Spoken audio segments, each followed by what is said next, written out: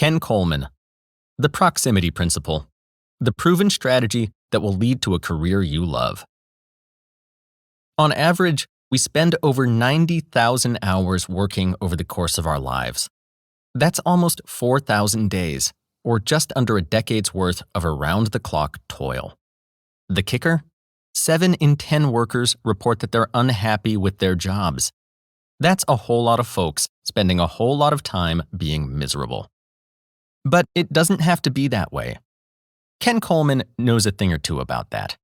Having spent years among the disgruntled majority, he decided to take matters into his own hands and pursue his true calling in the broadcasting business.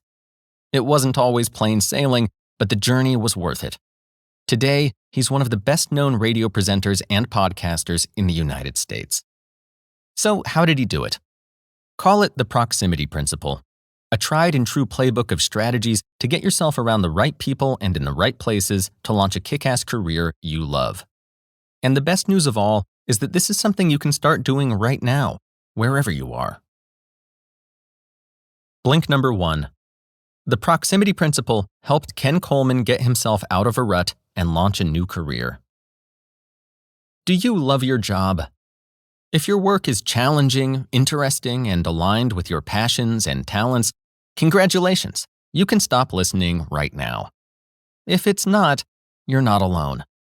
According to a 2017 Gallup study, 70% of the global workforce is dissatisfied. Millions upon millions of folks get up every day dreading what's ahead of them.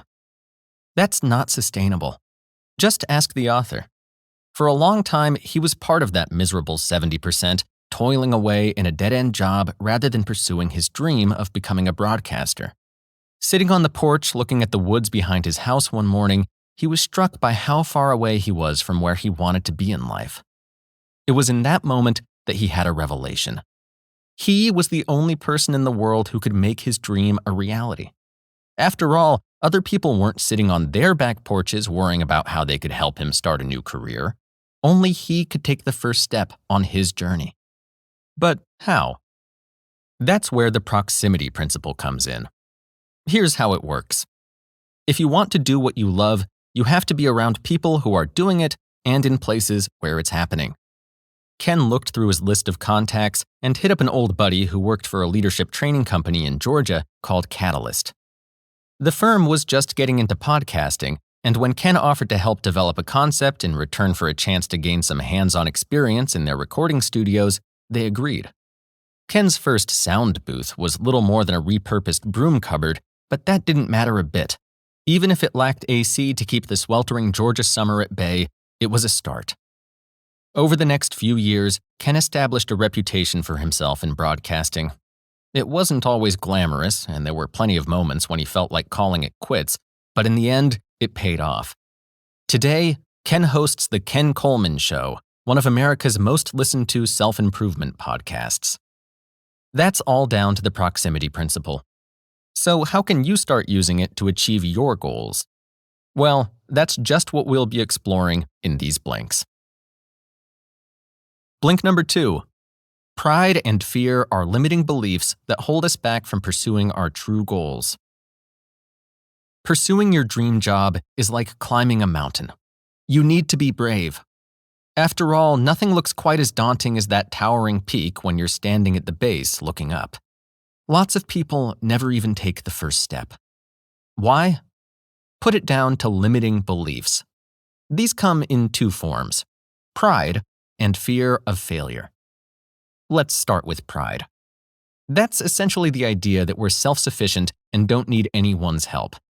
It's a psychological reflex rooted in the fear of appearing weak. We worry that asking for assistance makes us look incompetent and that others will think less of us than if we'd gone it alone. Take Steve Jobs. He built a multi-billion-dollar company and created products that literally changed the world. Look up ambitious in the dictionary and you may well find a picture of Jobs. But he also knew how to ask for help.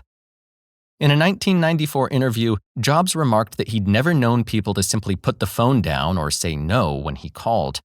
He remembered that when he'd asked Bill Hewlett, the co-founder of Hewlett-Packard, for spare parts for a school project, Bill had said yes.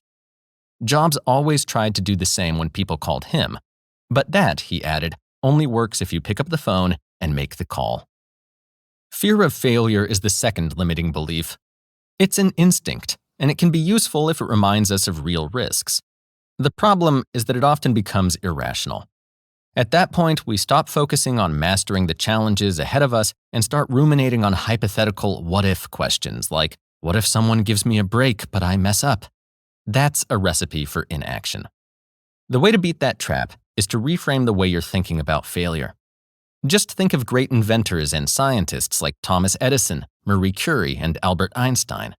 They didn't succeed despite failure, they succeeded because of failure. The fruit of their botched experiments? The light bulb, 3 Nobel Prizes, and the theory of general relativity. Then there's American hockey icon and Hall of Famer Wayne Gretzky. If you find yourself worrying about failure, just remember his famous advice. You miss 100% of the shots you don't take. Blink number 3. Successfully connecting with the right people is all about asking for a chance rather than a favor. The proximity principle has 2 elements: people and places. Put them together and you get an equation. Right people plus right places equals opportunities. That last word is key. What you're looking for isn't a handout, but a chance. Why is that so important? Well, the people who will help you realize your dream are out there right now, but they're working for themselves, not you. In fact, they're not even thinking about you. They're busy living their own lives and focusing on their own jobs. That means you need to get their attention, and how you do that determines the likelihood of success. That's something the author's friend Joy, a publisher, knows all about. Whenever she opens her inbox, there's someone who wants something from her. That's exhausting.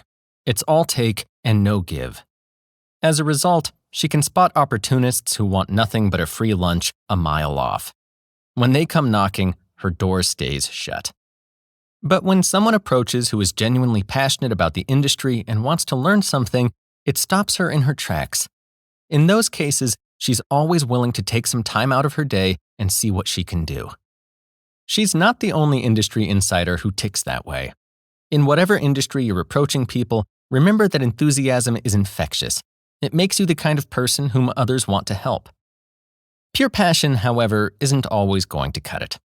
So what else can you offer? Well, how about giving something back? Take it from Patrick.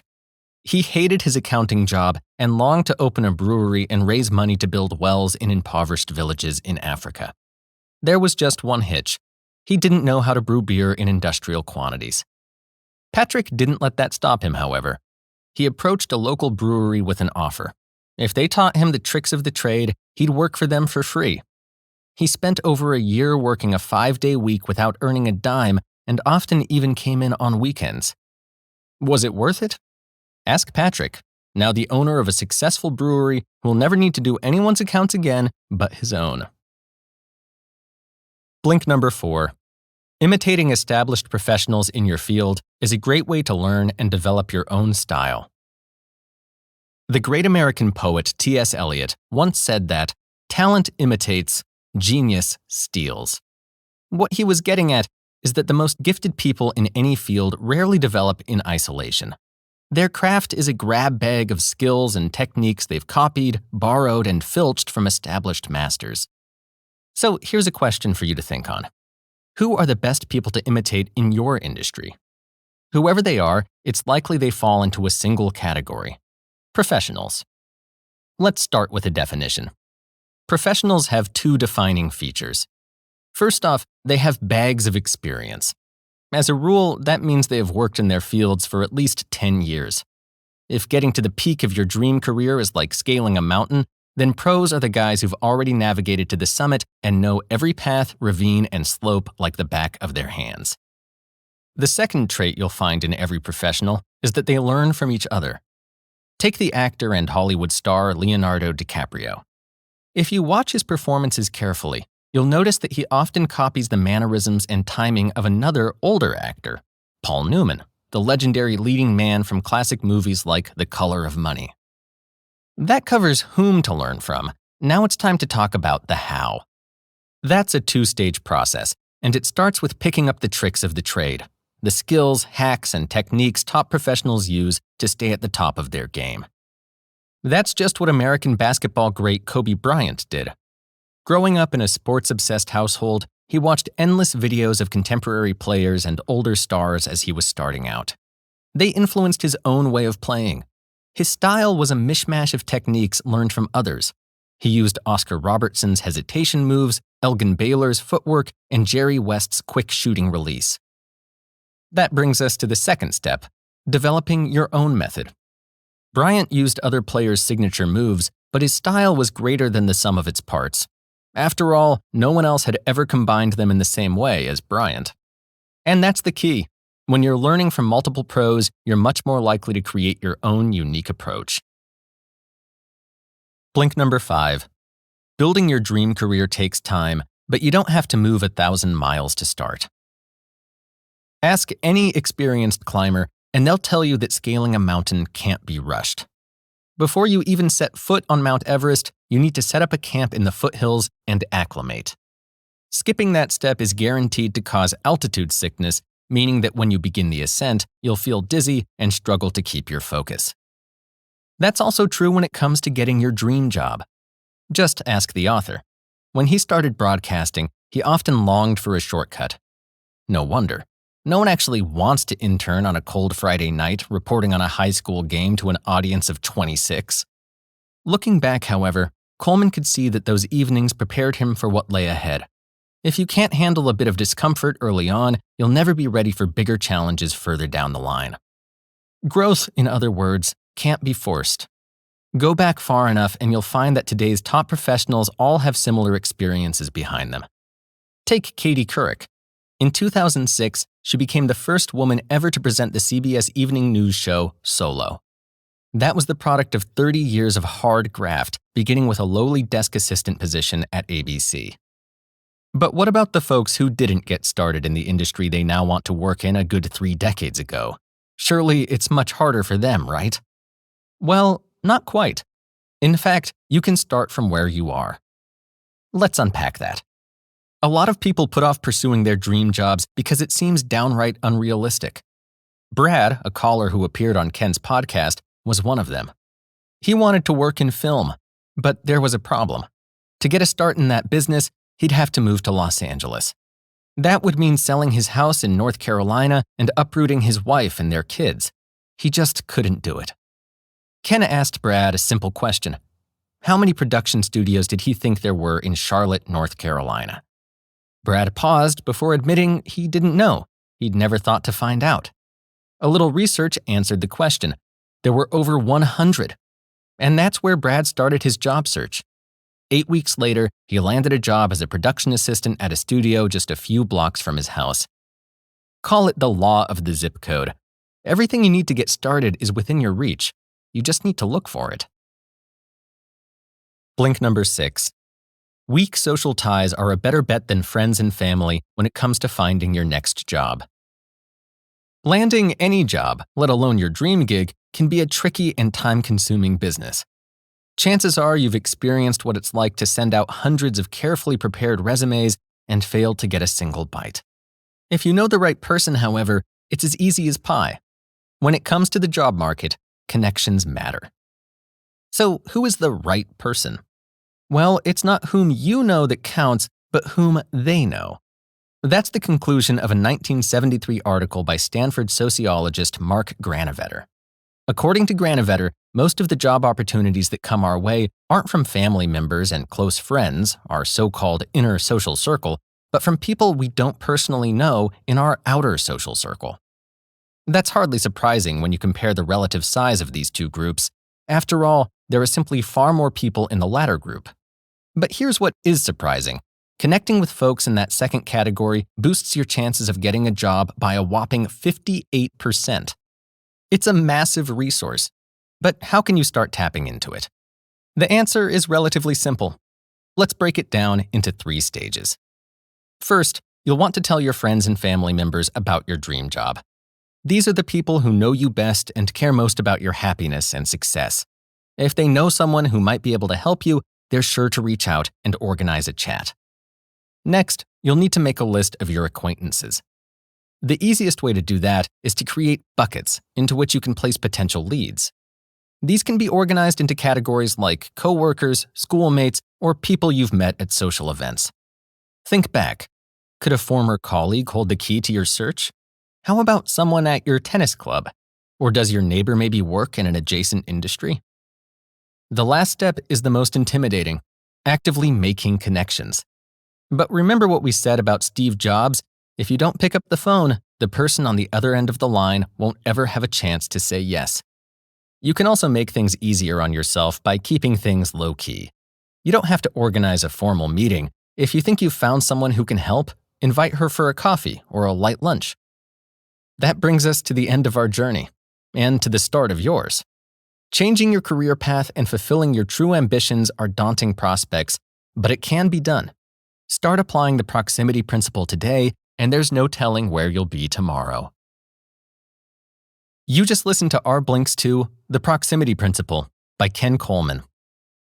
The key takeaway is that landing your dream job doesn't mean you have to move halfway across the world.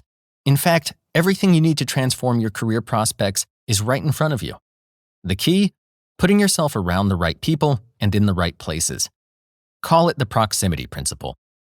And that's something you can start doing right now by making the most out of your social connections, learning from the pros, and connecting with your industry's movers and shakers.